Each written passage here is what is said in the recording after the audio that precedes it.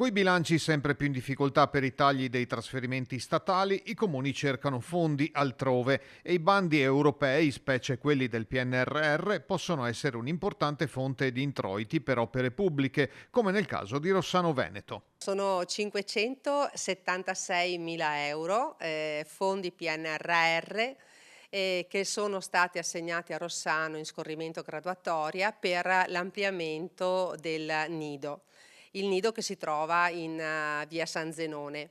È un ampliamento di circa 200 metri quadri, abbiamo già dato l'incarico, stanno già procedendo con gli incarichi per la progettazione, l'appalto sarà un appalto integrato, visto i tempi ristretti che impone il PNRR. Tutte le opere finanziate dal Piano Nazionale di Ripresa e Resilienza dovranno infatti essere in opera entro il 2026.